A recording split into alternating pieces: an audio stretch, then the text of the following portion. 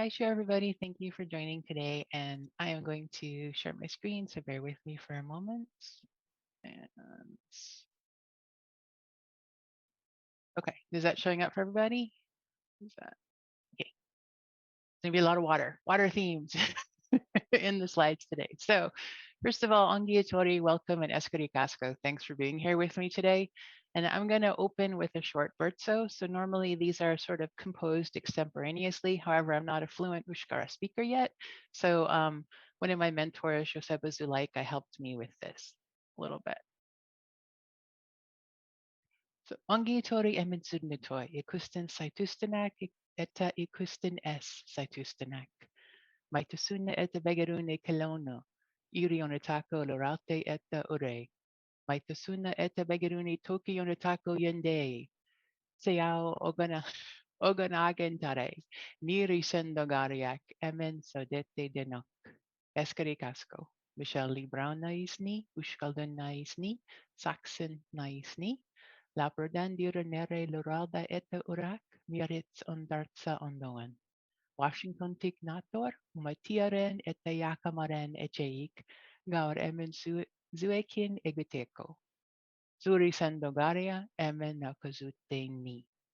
So opening with those words in current Zoom gathering spaces for me adds extra meaning to the seen and unseen.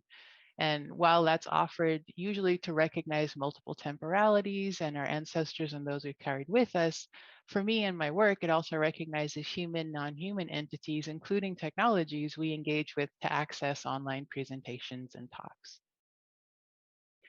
So I placed an asterisk by the here deliberately as I'm speaking with you from the Confederated Tribes of the Umatilla Territory and Yakama Nation territories in what's currently, but not always called, the Tri-Cities area of Washington State, where three rivers meet, the Columbia, the Snake, and the Yakima. And I use the term non-human throughout my work rather than other than human, beyond human, more than human. And the latter phrases are engaged to indicate that humans are not above or better than other entities. For my relational practices, non is not seen as lesser, but powerful, honorific, and generative. And I'm going to explain that in the nourishing negation slide later in this talk. So I just want to note my note of non-human is recognizing those other terms. But for me, coming from my own cultural practices, non-human works really well for them. And Indigenous throughout this work signifies Indigenous and Aboriginal communities worldwide. And I'm trying to be as specific as possible with specific nations and tribes. So first I wanted to talk about just, I was trying to think of a way to sum up some of what I wanted to talk about and share with you all today. And I think it really came down to we all need protocols. And we don't just need computer and technical protocols, but different kinds of protocols, which I'm going to talk about in a moment. This quote here is from the forthcoming chapter. We have Jason Lewis, Hemi Fanga, and I co-wrote a chapter called Relation-Oriented AI, Why Indigenous Protocols Matter for the Digital Humanities. And that should be coming out, I think, later this year or early next year. It's the next edition of the Debates in the Digital Humanities collection. And we talked about how for us, these indigenous protocols, right, which are sort of like these guides and frameworks for how to do specific things, work really well for technical protocols as well. And by centering them, you can really reshape your technical protocols to help work through some of the entanglements and complications that can sometimes happen. So my research and teaching very briefly, they involve indigenous decolonial protocols, classroom and laboratory protocols. Like right now I'm working on a place-based indigenous lab and thinking about what it means to have a public-facing lab manual that others could look at and iterate from and do, do their own versions with, and then technology protocols. But by centering the first protocols, those shape the order and content of the latter two. And I think what often tends to happen is the third one gets centered and the other two get stuffed in accordingly. But if we invert that, it opens up this really, for me, amazing way of an amazing starting point for not just like technical work and digital media work, but then understanding what it means for me to be living and working here. Like, what does it mean for me to say it's a place-based lab or this is place-based work?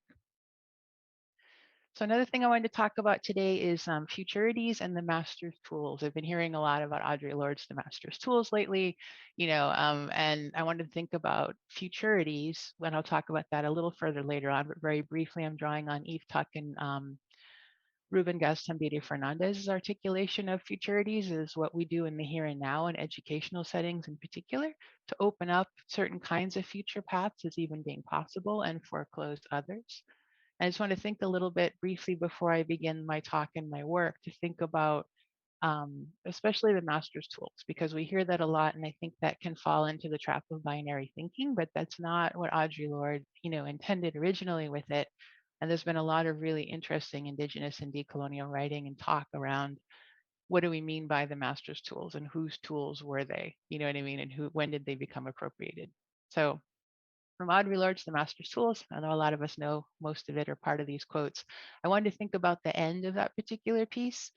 Um, and what I wanted to think about for you all, especially in particular, is working through research creation, working with these digital tools, thinking about digital media creation practices, is thinking about a world we can all flourish, right? Thinking about our work. And that's what I love about talking to audiences like this is you're already thinking beyond the academy, right? It's not like me talking to like a political science department or something like that or international relations where they're very much thinking mainly within those constraints. But when we get in terms of like research creation, especially digital creation, we're already thinking outside of these structures. And so I want to call back and sort of draw in Audre Lorde here to think about what does it mean for us to have a world where we all can flourish, right? And how do we balance that flourishing so that some don't overtake the space and resources that need to be shifted more equally or more radically, right? Thinking about equity and how do we make those difficult decisions as a community coming together to think through and taking our differences and making them strengths? Because that's not always easy and it's not perfect and it takes a lot of iteration and reflection to do those processes. And so this is the second part of the end, towards the end of that particular piece. And again, it's thinking about the master's tools and the master's house, right? That they will never dismantle the master's house. And I think it's an easy quote to use to dismiss things, right? Or an easy quote to throw at people who are like trying to think through what does it mean to do indigenous or decolonial installations or pieces. And so what I'd like to throw out there at the beginning of the talk, we'll come back to it at the end, is whose tools are we talking about?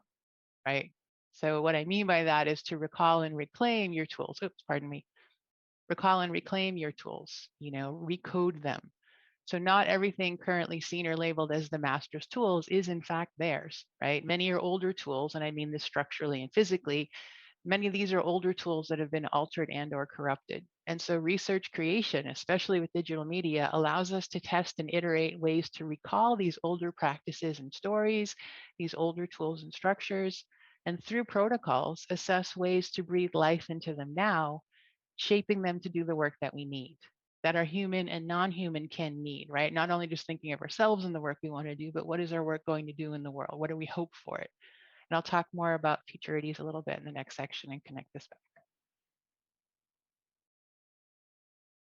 Okay, so research creation as praxis, this was the magic phrase for me. I was in a political science department that was somewhat open, but it was really hard for me to articulate at first, like why making for me was an important part of my research process, and then figuring out a way to write about it once I'd made it that didn't feel extractive or repetitive for me. Like how do the two balance each other and actually feed into each other?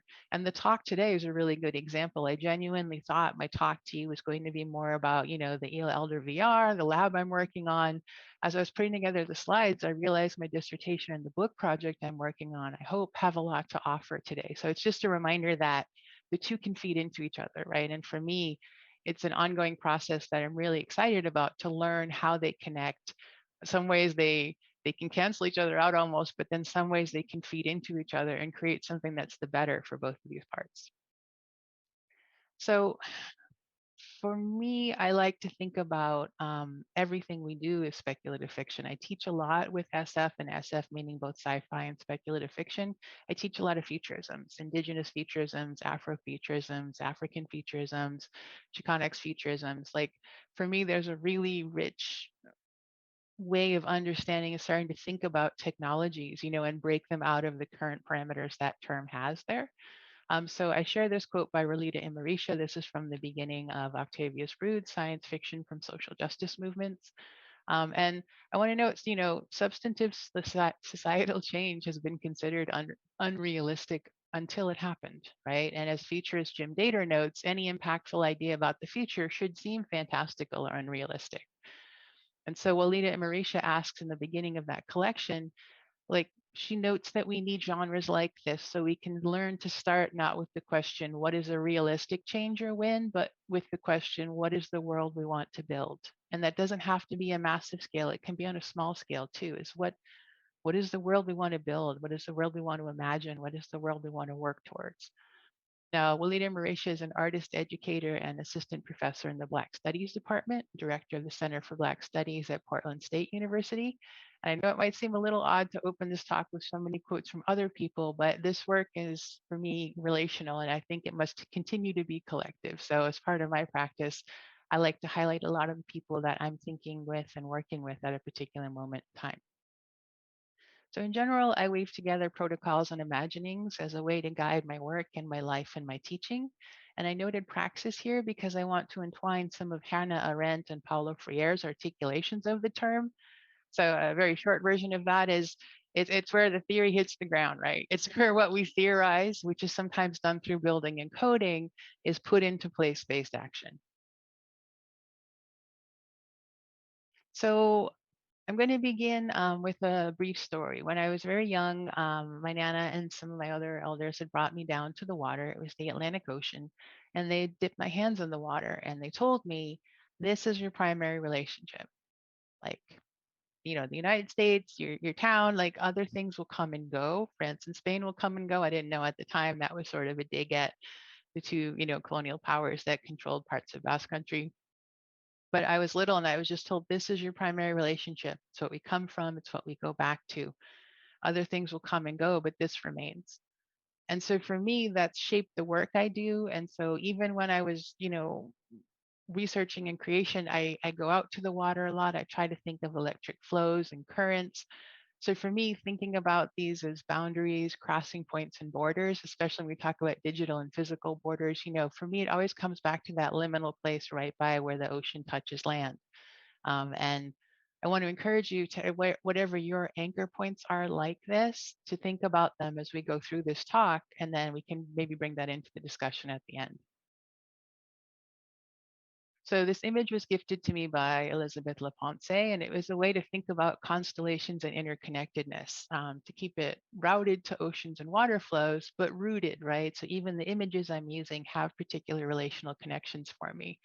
And in some of my slides, there'll be kelp forest images and saltwater plant life because I'm talking about cultivating and gardening, but I also want to remind myself that that doesn't necessarily have to mean, the traditional victory garden image we may have in our head, or the square foot gardening or raised beds or things like that. There's lots of different ways to cultivate and grow in lots of different environments.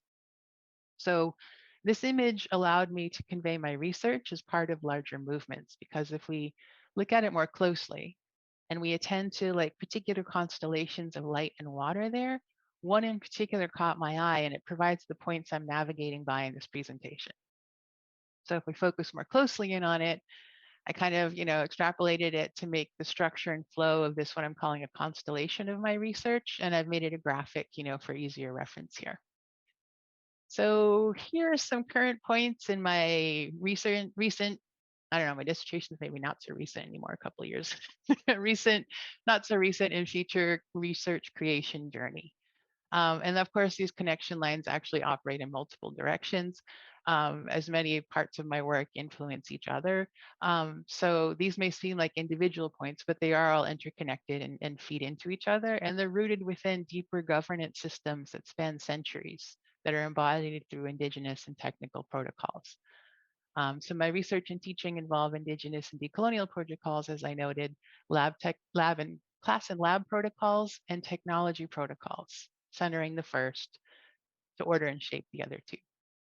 And each of the points could be a dive into a particular topic. So I'm going to try to keep it brief today. I'm going to take a shallow dive into one of the main points given the time constraints, but I'm more than happy to talk about other points in the Q&A if that's useful for you all. So we're going to begin with the first point of my dissertation, with the first point of my constellation, which is my dissertation, and now a book project that I'm working on right now. I'm working on the manuscript. So this is the title of the dissertation. It's a work in progress right now for the book title. I successfully defended it in September 2020. I turned in the final version in May of 2021, thanks to my amazing committee and the support of the NIS program at Dartmouth. And I hope it has some useful points for you here today. So first I want to talk about indigenous digital media because some people are like, oh, okay, I get it. And it's been a field that's been growing in really exciting ways in the past 7 years. But for me, for the purpose of this work, it's defined as video games, VR, XR, AR, and other digital forms that are created by indigenous artists and developers, not those that are funded in partnership with significant non-indigenous financial and creative control. Now, the approaches I'm going to talk about could be applied in those settings and many other ones, but my work here focused on digital media examples by Indigenous artists, developers, and communities who maintain significant control over the development and distribution of the work. I like this title too. For me also defies binary thinking, right? It defies historicizing indigenous people, like who are the creators of indigenous digital media. What does using digital media mean or not mean for indigenous communities? I enjoy this phrase because I find it lifts to the surface many of the assumptions that people make about digital media, artist creations, and being indigenous in that broad analytic sense. So this is an overview or navigation map of my dissertation. It's presented in linear fashion to help orient us as we go along.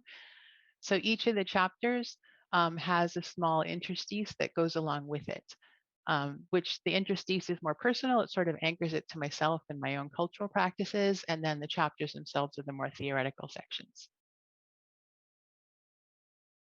So these are the research questions that drive the work. And I added researchers here as we're a part of these processes, not outside of them, right? Which I think is nice when we think about research creation, because you're always in the middle of it. Whereas for a lot of more traditional research settings, it's only particular frameworks, particular methods and methodologies that insert you in there and understand yourself as being, immersed within these, these subjects and areas of study. So to begin, these are the analysis tools I developed, and they come from my larger relation-oriented approach. They became necessary as I realized these indigenous digital media examples needed to be understood within larger contexts of survivance and resurgence. So I begin with storifying. And I want to note this happens on many levels. We immersed in it all the time, right? Storifying allows us to note the multisensory and kinetic nature of story processes. I explain it to some of my students as the stories that code and recode and overcode you as you move through your life, right, in different community and cultural settings. So for the book and the dissertation, it's defined here as the act of making, reproducing, and remaking stories and connections from moment to moment with the world around us. And digital storing and retelling allows us to iterate and shift stories, to recode them or in parentheses code them ourselves while recoding ourselves and others in the process. So cultivating indigenous media praxis, I had it theory at first, and then I realized it was actually praxis. So this is my cultivation approach to theory crafting, and I'm adapting Jason Lewis's call for indigenous artists and designers to quote, subvert, revert, and convert the materialities of digital media to cultivate indigenous media theory, end quote. And I want to think of these as materials used to craft and share digital media and the stories. They're not disconnected from people and places. So, what does it mean to actually cultivate Indigenous media theory and then apply it as praxis? So, to articulate some of the steps in the cultivation process, I engage the metaphor of planting, right? So, subvert is clearing a space of invasives to compost what we can, revert, returning to native seeds and plant, and then convert is harvesting the materials that we need. So here they are a little broken down a little bit more clearly. I know this is a lot of words on one slide, but I'm hoping this gives a little bit more context. And I want to note that the three different steps, right, is subvert is actually clearing a space of invasive. So what are the theories? What are the ways of doing things that you need to clear out before you can actually start making? right? What needs to be ripped out because it's not useful for you. But I also want to think of composting. I'm going to talk about that a little bit later. So it doesn't mean rip them out. Again, not falling into that binary of this is terrible and I can't ever use this, right? In my decolonizing or indigenizing process. And reverting is returning to those seeds and plants, the stories you have, right? The images, the cuttings, if you will, asking what's here, what has been here, and what should be in this space. And this is the part that requires active tending on your part, right? Weeding and trimming, nourishing and supporting, or crushing and removing things, right, that have overgrown. And then convert is the last step, and it's harvesting the materials we need and crafting our theory praxis. I also like to think of it as what are these media doing out in the world, right? Because often they do things differently than maybe we intended. So that's also part of the process is realizing it's beyond yourself and part of research creation processes. And then I wanted to touch briefly on nourishing negation. For me, this is one of the most powerful contributions I think I made. It was one of my aha moments. I was connecting Ushkaldunak practices, right? For us, when we say no, it's S. So it's like this sibilant slow exhale, and it's what we do before it's how you begin something. We see no as part of the creation process. It's that first step. So I think for me it was part of that clearing out the space, right, that subverting. And I'm connecting it to Audra Simpson and Tuck and Gaustambide Fernandez, their articulations of indigenous refusal, right? And I like to describe it as that exhale and then the very end of it in that moment before inhaling again, right? It's our breath, our connection to source, exhaling out what we do not want, and savoring that moment, then taking in renewed strength and sovereignty. And for me, it's like a meditative state too of like, all right, what am I going to bring in here? And Josebo Zuleika noted in some of his work, it's the primary step in our creation processes, whether that's governmental, social, or artistic. Chapter 1 was talking about composting. So again, when we're clearing space, right, ripping out the things that we don't want in here or that have overgrown the particular space we'd like to make something in, it's not thinking of it as just throwing everything out, right? It's thinking about breaking down these theories and repurposing parts of them or aspects of them. So for me, object-oriented ontologies were relation-oriented ontologies, right? Because for me, that's what I wanted to focus on, not only in my work, but in research and articulating some of the work I was studying. Um, and this allows for, I like to think of it as allowing for a rooted or routed analysis and richer understanding of indigenous media examples, not just as these examples in isolation, but as deeply connected, right, to peoples and communities. And for me, a generative refusal can break down not only what's not useful, but it can also make us attentive to these things. I call it terra nullius 2.0, right? It's thinking of digital media as like these blank spaces. We can fill them with whatever rather than recognizing how they were heavily overcoded by colonial and settler colonial structures that reproduce in different ways. I also call it the doctrine of e-discovery, thinking about firsting and claiming and things like that. But so for me, the process of composting is really useful for myself to remind myself of habits that I've been exposed to over and over that I may unintentionally keep reproducing even when I don't need to or don't want to. So the second interstice was important for thinking about place. Um, oops, pardon me. So I just really briefly, I'd come across this early in my PhD studies. It's a letter from the amazing Hawaiian activist and scholar Haunani K. Trask. She had written it from Basque Country when she was there, and she was talking about how many things she admired there, and her trip there meant a lot to her, and I learned a lot from my Indigenous teachers in the Indigenous politics program at UH. So for me, it was also me thinking about what does that mean for my work here, right? What does that mean for me to be in her territory? And so part of my dissertation and book manuscript, there's a letter to her actually in that, talking about my processes and thinking about her work and where I am. So chapter 2 for me is seeding. It's not just planting and walking away, but active relational care. And I also connect it to Hanani K. Trask's letter, like what is important to seed or cultivate here? How can my work contribute?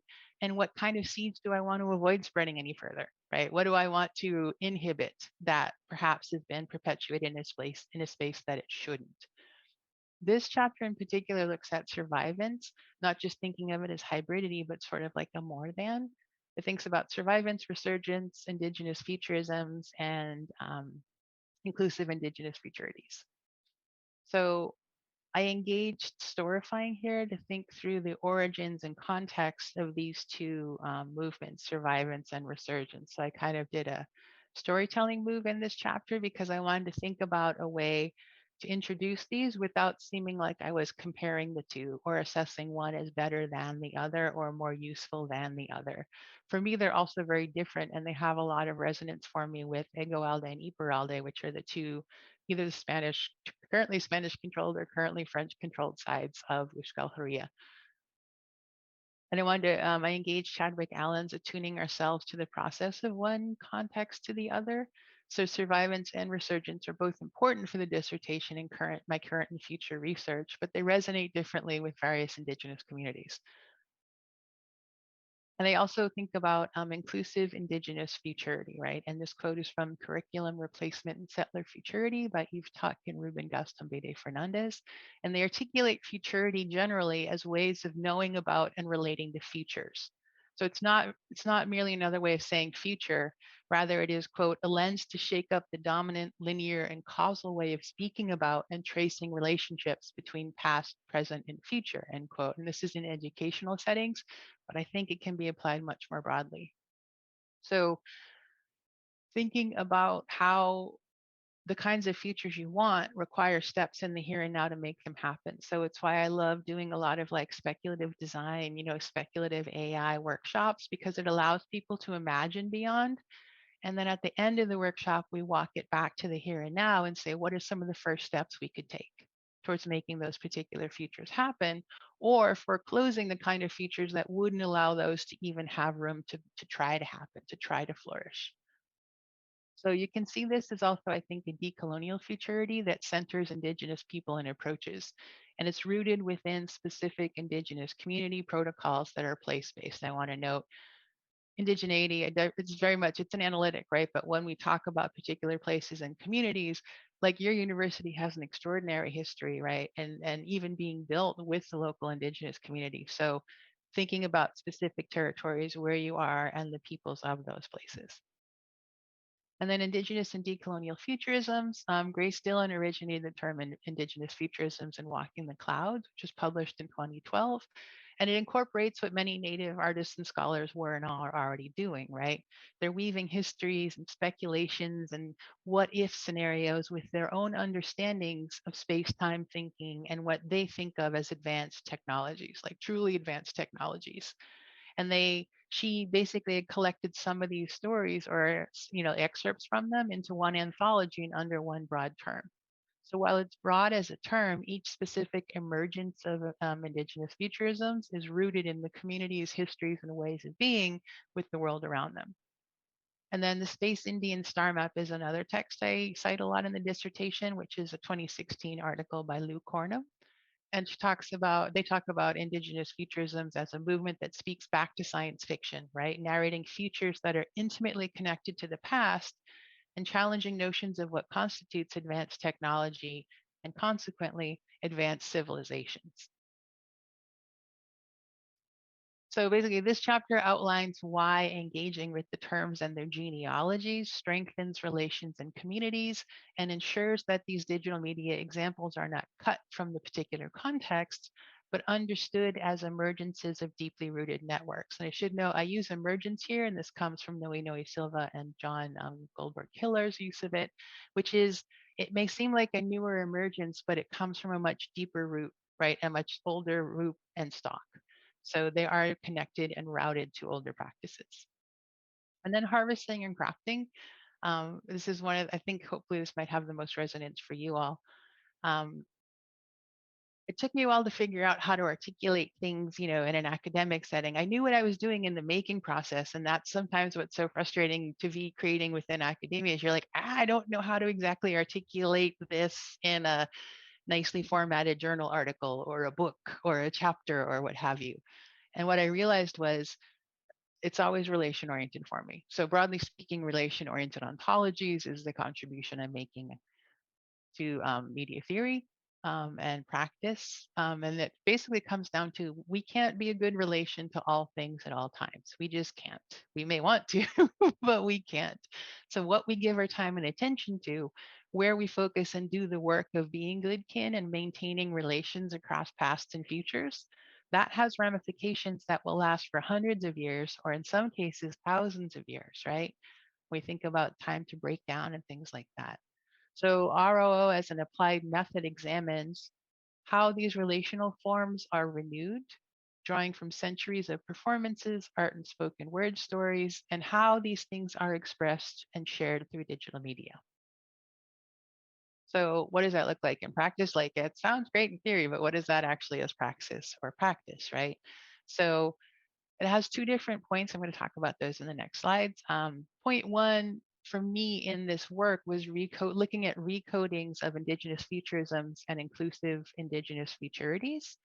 And then point two was deciding what to share, what to withhold, right? Or share only at certain times of the year, and how those are done through community protocols. And community is broadly writ here, right? Some people are not in their home communities. Some people don't have those backgrounds, right? They're cut off or have been like relocated or forced out from their communities. So for me, it's also thinking about what are the protocols we have for deciding what to share, what not to share, and how do we iterate when we realize something should have been done differently, which is one of the beauties for me of digital media, is it allows this reflexive praxis and practice of assessing, reassessing, and reshaping. So recoding, this is that's the most useful for you. Been using re in parentheses and not a lot here. It's not just to be clever. It draws from Michonne and Goman's Mark My Words.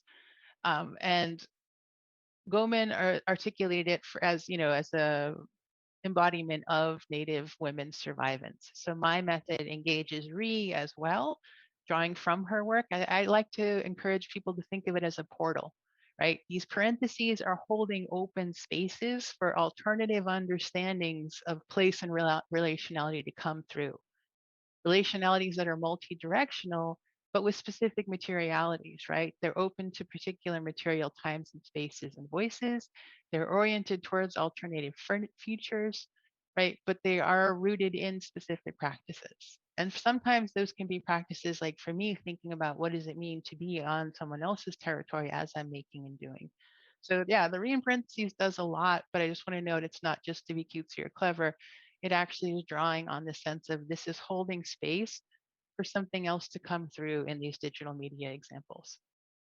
And so for me, I was trying to think more about this past few days about what does that look like in practice? That sounds great on paper, but like, what does that mean for us? And I see it as part one and part two.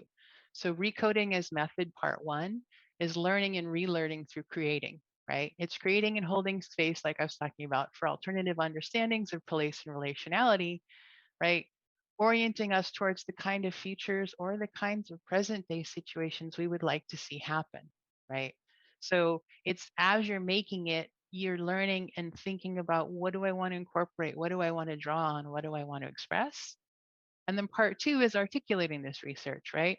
So it's not only the digital media example, but also articulating some of the relationships, those processes, those protocols, the relations that are all entwined in these digital media projects, right? And what I encourage people to do and what I've done in the dissertation and book project is you trace particular relational threads within games, experiences, and installations. And you illustrate how the media example has connections to places and communities. And you can also note the physical spaces and tools involved as active participants and co-creators. So when we talk about non-human communities, I love crows and eels a lot, but that's why I chose the title Crows, Eels, and Headsets. What does that mean when I think about the headset as a relation I'm working with, right? Instead of just being like this tool or thing I use, abuse, and then I discard when I no longer want it. And so a quick example of this, because I was like, okay, this sounds great, but what is a relation-oriented method? What does recoding look like as method? And so I want to give you two examples really quickly here. And so on the left there is a Hawaiian ahapua'a as indigenous futurisms. So this is from the 2017, I think, skins workshop that we had in Honolulu, Hawaii. I was one of the participant observers in it, and this was also in my dissertation chapter. So Native Hawaiian participants of all different ages came together to create a video game in 3 weeks, led by an indigenous staff that was from Concordia University.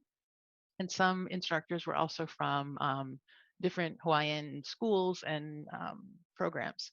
So the idea was that the instructors would help the students build from scratch a game. And they had to engage in collective storytelling. And one of the things they were thinking about is the Ahu Puaha is an extraordinary technology of thinking of an aspect of, if you think about an island, almost think of it as like a pie wedge. So from the top of the mountain, from the top of the mountain, right, to the ocean, the water systems and everything connected to it, and the borders of it are defined by the different water systems. So it's thinking about these cycles of nourishment and flow. And they were like, what would this look like in space? Right? What would our sort of space station look like? And so they were engaging indigenous futurisms here as a lens for these movements. It allows us to trace how this really sophisticated indigenous science was also a great example of how what we think of as science and space exploration could be inverted or subverted, however you'd like to think of that, right? It challenged what is meant by advanced technologies and futures planning because literally Ahupua'a are trying to think hundreds and thousands of years in the future. Like, how do we understand these systems? How do we care for these systems as a whole to make sure there's more balanced flourishing? And so it offered ways for these designers and participants and some of the cultural practitioners to come together to kind of envision what this might look like. And the second example is from Elizabeth LePonce. It's an Oregon Trail send up, right? As what we're talking about with inclusive Indigenous futurities. I like to show this to students, and a lot of them laugh because you don't realize how games like Oregon Trail can code and overcode your understandings of particular places or moments in history, especially when, at least for me, this is one of the first games you were allowed to play in school, right? So this was super exciting. You had to play a video game in class, right? Because you're learning. But what you're learning, right, is overcoded by these settler colonial structures. And so this simple riff on that by changing one word, it offers this kind of Black humor undercut. So for me, I also see this as a moment of recoding. And then Elizabeth LePonce went on to make this beautiful collaborative game, When Rivers Were Trails. So if you haven't played that, I encourage you to, because it's a nice counterpoint to thinking about Oregon Trail and some of the, look, now we have indigenous consultants helping us on the newest version of Oregon Trail. So it's a nice counterpoint to that. And I often encourage students to play both and talk about the ways they overlap or kind of collide in this like area of incommensurability. So I will stop there for now. Again, I probably have about 50 more slides after this. But one of the things I did want to offer you was a few launch points for discussion because there's a lot I know I've thrown at you. So yeah, I would like to open this up and then I'll turn it back over to John as well. But I'm thinking about for you, what are some of your family or community protocols? And I mean that very broadly. Family or community protocols for visiting or being a guest. What are some of your protocols for coming together to work through difference? And these don't have to be super formal, like your great grandmother didn't come out and say, this is our family protocol for how we work through conflict, right? But these are things that you do, the ways you come together, the ways you work through difference, the things you're taught to do when you're on someone else's lands or waters or house, like visiting their house, right? And then how could these translate to some of your research creation practices? I'd love to hear what praxis means to you.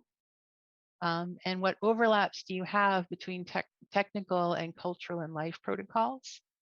And then how can the builds we make embody reciprocity to the lands and waters that we build them on, even in small senses? Again, this doesn't have to be like some master solution to everything, and it's going to decolonize everyone the minute they play it. But yeah, how could some of the builds we make embody reciprocity in different ways? So I will stop screen sharing there. And yeah, I'm looking forward to the discussion. Thank you.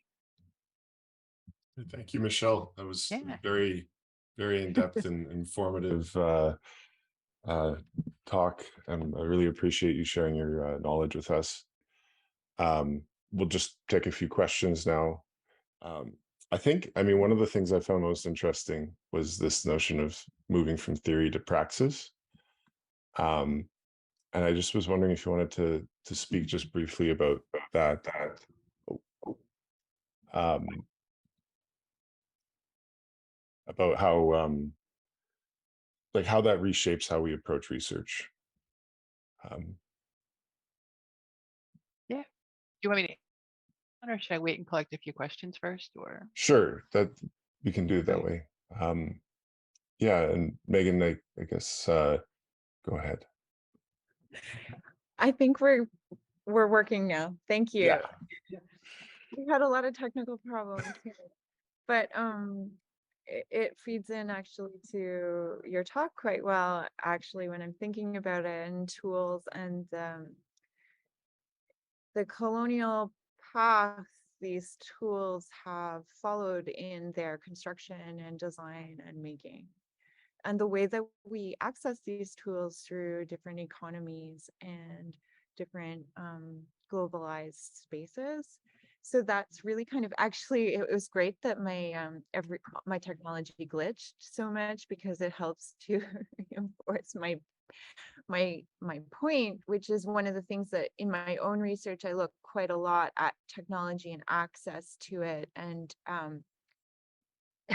excuse me, breaking it in ways to tell more appropriate stories or tell more truthful stories. And while my research doesn't focus on Indigenous stories, it still tries to use data, use our world, use our culture to tell stories through the mediums that we have at the moment at our disposal, and to make new ways of telling those stories.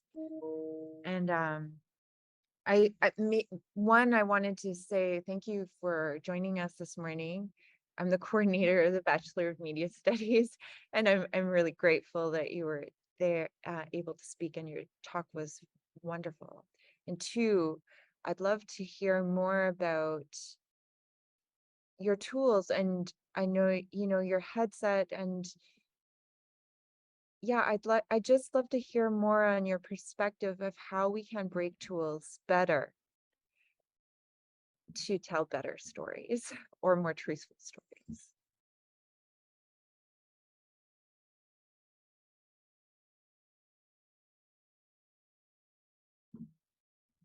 Should I answer those two first? I'll do that. Yeah, I'll answer those Yeah. two first. Yeah, thank you. These were awesome questions. And I don't know, I just love thinking with people. It's when like my work is relation oriented, but every once in a while I'm like, oh yeah, it really is relation oriented. Like, my work is so much better when I think with people and talk with people about things. So thank you. But John, I think moving from theory to practice, it was for me, one of the biggest things was starting to make things while writing my dissertation, just to be like, it's this. I just need more time to explain it to you in a paper, And I think one of the other problems I had was I assumed people would know too much or had too much background about something. And I wasn't, and it was interesting because people would get angry with me, but I was doing it in the opposite. I didn't want to insult anybody by explaining something I felt like was really simple, or I'm like, oh, of course they've either known of this or heard of it, but not everyone can know everything, So that was really interesting for me to learn more of the like explaining nourishing negation, right? That had to do sort of a deep cultural dive in that little interstice to talk about what it does for us and why no is important for us. Like we get known as the people who say no at first, but it's not a negative thing. It's literally just like the making the room, and then it's like, all right, what do we want to bring in here? So if we're looking at like, the space filled with like old tech, right? For me, it's more useful to clear it out and bring things back into the space that we may want to reuse or repurpose. You know what I mean? Rather than just walking in the room and being like, well, all this here, what can we pick out? Right? Because there's something about clearing the space first. And especially for me as a neurodivergent thinker, that is super helpful for me because odds are I already have 15 ideas spinning in my head and 3 of them are already in a knot. You know what I mean? So it's a chance to like get it out and then be more intentional about what we bring back in. I think when I went to Kim Tallbear's, it was called Unsettle the Future, and it was sort of the launch of her relab at the University of Edmonton. And it was all about research creation. And that was the magic phrase for me, which like unlocked things for me in my writing because it was allowing me to say, I think through things while I'm making them. And I'm thinking deeply about these things. And the really fascinating thing for me and I think a lot of people who create, whether you call yourself an artist, a designer, or developer, you'll make choices And then later your brain catches up with why your gut was like, we know we absolutely have to do it this way. Right. And then later on, you're like, oh, right, because that ties into this and this and this and this. That, oh, right, it ties into this and this and this and this became the thing I would write about. Right. And then write it down. But what I learned I had to do was sort of trust my gut, and eventually my brain would catch up to articulating in a linear fashion all the little pieces that immediately my gut was like, nope, we're going to do this and this and this and this. It's the right, just trust. We got to do it this way. We cannot do it another way. And then you're like, oh, okay, that was interesting. Or sometimes that maybe wouldn't necessarily be the right thing to do. And when I would bring it to people for feedback, I would recognize I was under deadline, right? I was tired and hungry and probably taking a break, but I was plowing through to get it done, right? It was crunch time. So I started to recognize even when maybe it wasn't the right choice, or there could have been a better choice, I guess, getting away from like right and wrong. There may have been a better choice to make, how some of those unhealthy practices around design and creation and crunch time and deadlines, and you just stay up and drink a bunch of coffee and get it done, were also unhealthy in terms of making like, you know what I mean, the kind of reflexive and community-based choice I wanted to make. So theory to practice for me, its practice is ongoing. And yeah, I definitely think it's okay to make something and then look later and let your brain have time to catch up with why you just knew it was the right thing to do at the time. I also run a lot, and I've found that there's something that happens when I'm a couple miles into my run and I'll stop and take a voice memo, because something will just pop up, you know, to be like, oh, okay, yeah, that's that, or oh, yeah, that's right, that this design I put in there is my visual interpretation of this reading. I didn't know it. It took me a while to think about it, you know, but obviously part of me had been thinking about it and trying to understand the reading in like a visual representative form as opposed to words. Like, what does it look like in symbols and patterns and movement? So definitely a fan of moving voice memos, because you never know when the idea is going to come to you. And then some of the academic practice is typing that all up in a legible fashion.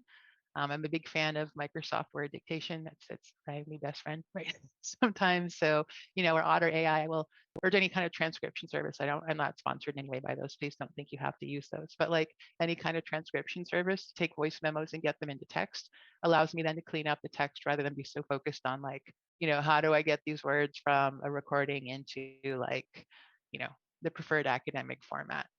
It saves, you know, some brain space for me that way. Megan, yeah, I think I'm a fan of glitching and breaking. That's like my jam. Like this is really my jam. And like in the place-based lab we're doing, there's a whole bunch of tech they aren't really using. That's like, I don't even know where it's stored yet on our campus, but I think every campus has this, right? It's like the island of lost toys for like older tech that for some reason they have to clear out every couple of years and put it somewhere else.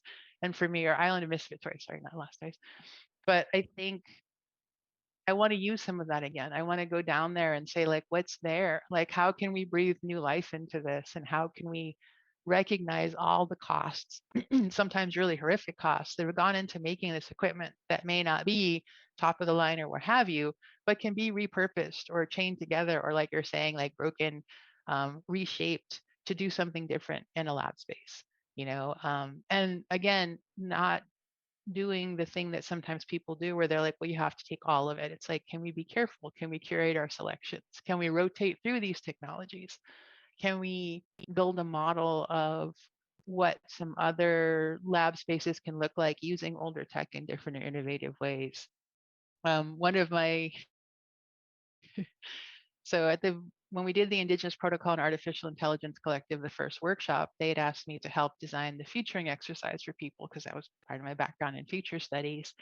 And so I'd done this example, and it was thinking about a future AI as a relation and like, what would it be doing for your community? And I had two different examples. One was the Chichardan project, which has become like this whole thing now about this biotechnical eel that actually goes into the human handler and shares information about a particular water area, and it's coded to that area. So if it's released in other waters, it can become corrupted. So it's coded to a certain area.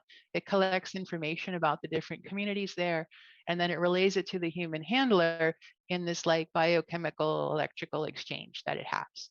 So I thought it was cool. Some people thought it was absolutely horrific and like their worst sci-fi nightmare made real.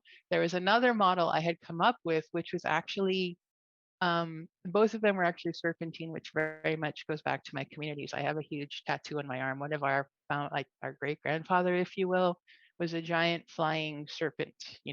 Kind of whether it's dragon or serpent or sky eel. There's lots of different names for them.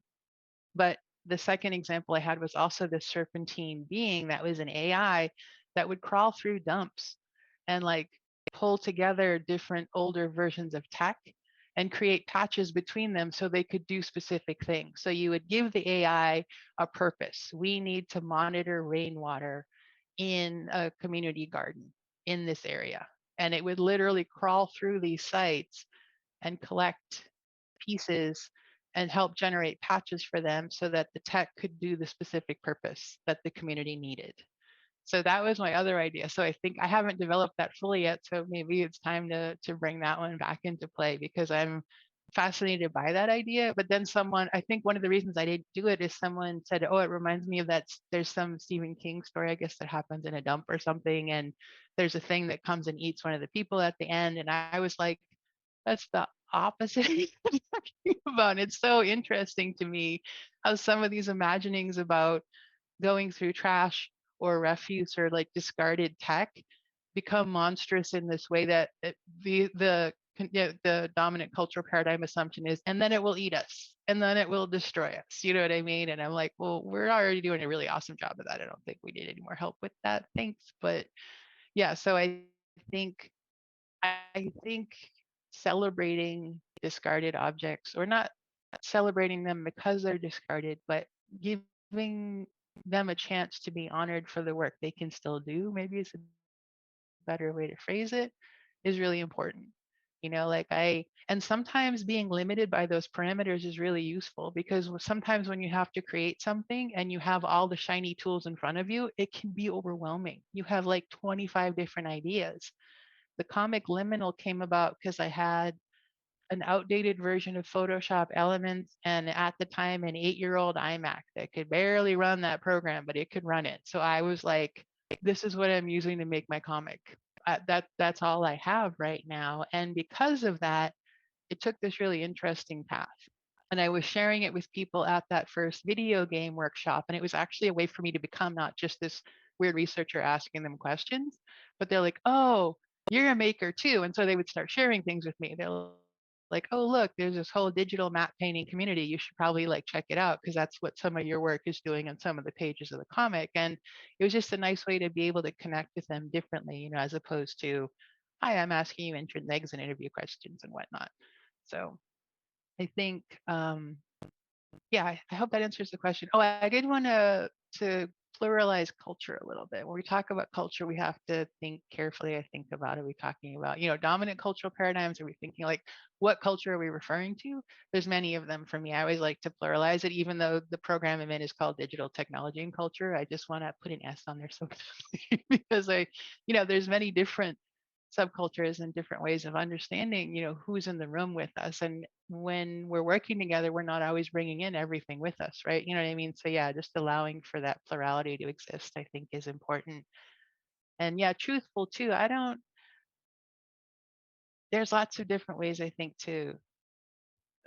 also breaking down what truth means to you. Like what is true to you and untrue, and then I'm not a fan of binary thinking, which is a joke. I think in ADHD communities, we often fall into binary thinking, but I don't like it that much. It frustrates me. And I've been in such a liminal community in so many ways all my life. I'm sort of like between true and untrue, like what are those areas in between? You know what I mean? And where, if that is a spectrum, what's your acceptable range in that spectrum? And then how do you know it's truthful? Is it how you feel? Is it how it's received by the audience that it's intended for? And it will do other things too once it's released, right? In the Teach Art M project, the last story I have is one of the handlers in the future finds out that this biotechnical eel has shared the technology with a pod of whales. And so they're going to do with it whatever they want. And it was just a really important reminder for me. And I picked whales because they were big and people would go, a biotechnical whale. I just wanted to remind people that these entities do their own things in the world. They have their own senses of agency. And so then thinking about truthful, what would that mean for them? You know what I mean? Is there room for their own truths to be heard, to be seen, to be understood by us as well? I hope those answered those questions for you. Absolutely. Yeah, thank you.